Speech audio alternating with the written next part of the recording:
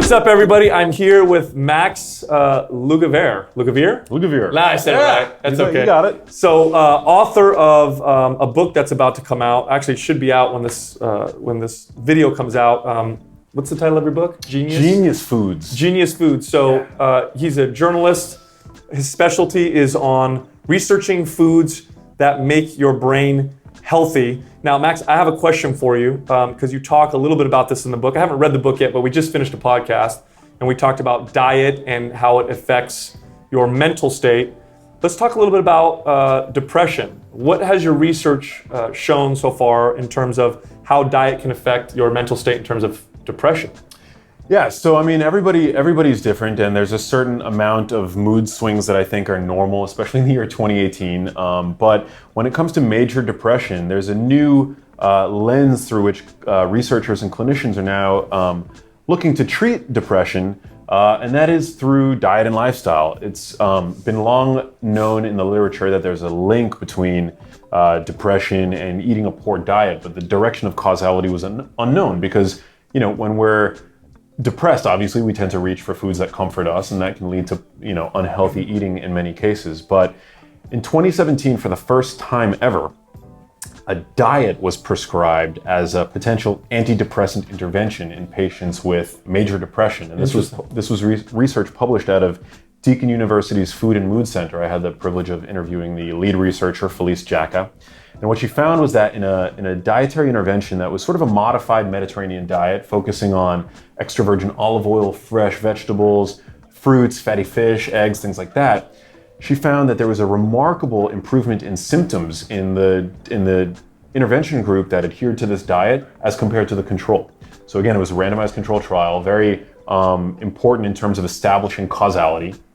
And she found that in the intervention group, 33% of the patients in that group that adhered to this diet, their symptoms improved so much that 33% of them no longer met criteria to be required to diagnose major depression. Holy cow. So they essentially entered remission. And this was compared to only 8% in the control group that received standard of care. And so fully a third, a third of people essentially could go off medication according to the study or in the study. Yeah, and the study, it was a small study. I mean, researchers that are interested in this field of what's now being called nutritional psychiatry would be the first to say that, we're at the very tip of the iceberg in terms of realizing the full breadth of how our diets affect the way that we think, right? I mean, it's a very, very new science, and we know more about space than we know about our own brains. That being said, these results were very significant, and it also, I think, leaves the door open to examine what exactly is driving depression for so many people, because these were people that were on pretty crappy diets to begin with. So there's now this notion that inflammation in the body actually affects the brain. And one of the ways that it affects the brain is to make it depressed. So we don't feel pain in the brain the way that we feel pain in an inflamed knee, for example. Inflammation in the brain seems to be able to manifest as reduced cognitive function and anxiety and depression. I mean, if you look at animals, all zookeepers are familiar with the notion of sickness behaviors. So any animal, when under the threat of infection, will display behaviors basically thought to be to serve an evolutionary purpose of isolating that animal from the herd, so as to promote healing of that animal, but also to not allow the spread of whatever infectious threat that animal is suffering from. Because inflammation, for the vast majority of our time on Earth, was really meant as an acute response to infection. So in other words, you get this inflammatory response in the body, and a survival mechanism, if you will, is to keep you away from other people, or maybe make you undesirable to be around by other people so that you don't spread potential disease. Exactly. So humans essentially display the same things that animals do. Animals, they retract from the herd, they display less grooming, their appetite wanes. Humans experience the same thing when under the threat of infection. And today, inflammation is being driven not by so much threat of pathogens, but by our diets, what we're eating, and the way that we're living. And lack of activity, I'd say, would probably be a part of that. Well, absolutely. But that's extremely fascinating. And now it's fascinating only because for so long in Western medicine, we've been told that diet plays no role in our mental state or our moods. which I think is absolutely ridiculous. We all know how we feel after we eat a particular food that makes us feel good, or we know the types of foods that we tend to crave when we're sad or happy, or, food manufacturers have known this for a long time. They will make connections for us with foods so that we crave particular foods in particular situations. For example, going to the movies and craving popcorn. Like, why? Why do we crave popcorn? Well, that connection has been made. So it seems obvious, but it's very fascinating to see this kind of information coming out. Was there anything in this research showing how anti-inflammatory drugs could help with this, or was this entirely done through diet? Very interesting question. There are certain compounds that have shown promise in terms of reducing inflammation and thus showing a mitigating effect on depression. So, for example, turmeric, which has a compound in it called curcumin, has been studied in patients with major depression as well.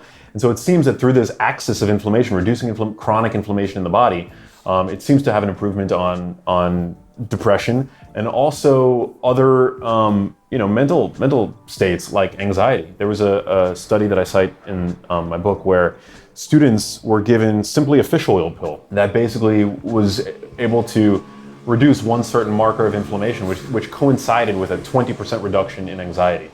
So, holy cow. Yeah, these are significant numbers, and we tend to think when we're depressed that we've had some kind of moral failure, that we screwed up in our lives.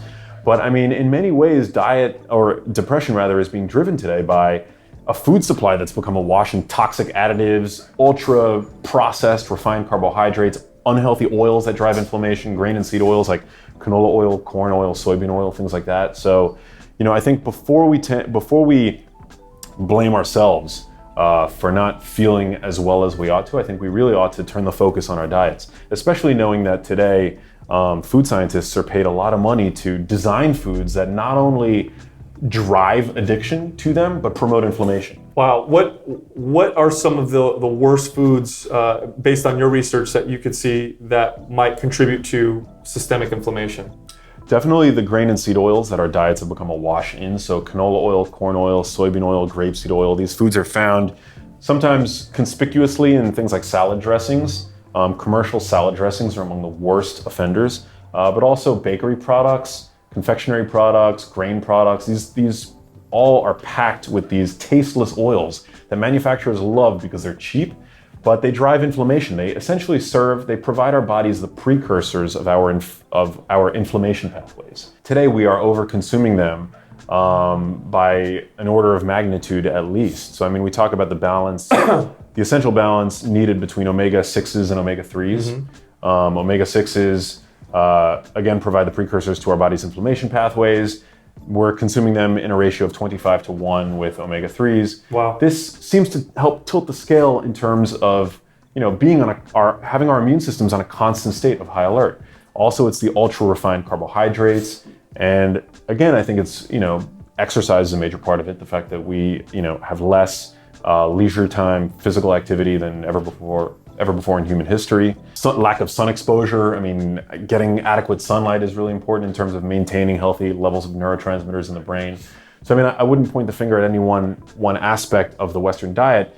What I've seen in my research is that our brains evolved in a world and in an environment and with a food supply that was much different than the one that we are currently supplied with. And I think that has led to the detriment of our brains. It's the reason, I think, why we're seeing so many people develop conditions today like Alzheimer's disease. If you make it to the age of 85 today, you have a 50% chance of being diagnosed with Alzheimer's disease. If you want to know whether or not you're eventually ever going to develop Alzheimer's disease, flip a coin.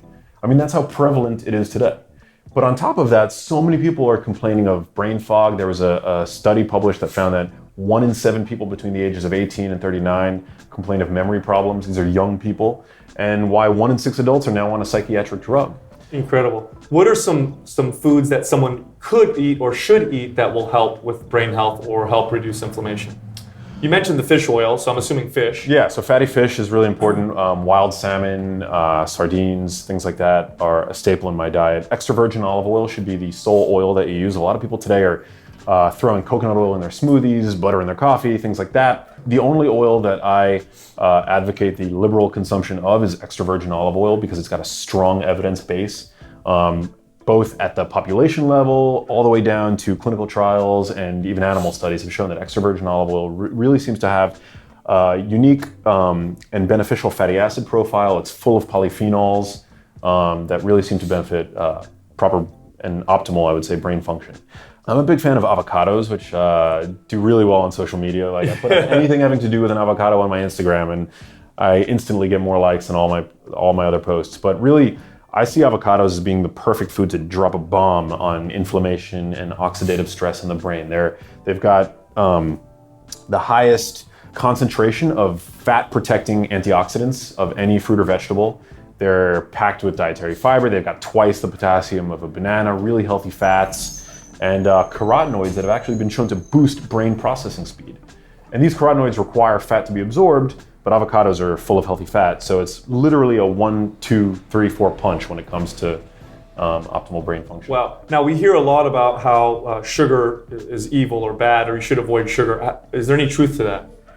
Yeah, sugar is not healthy, particularly when it comes to added sugar, and especially in the environment of the Western world where so many people are essentially glucose intolerant.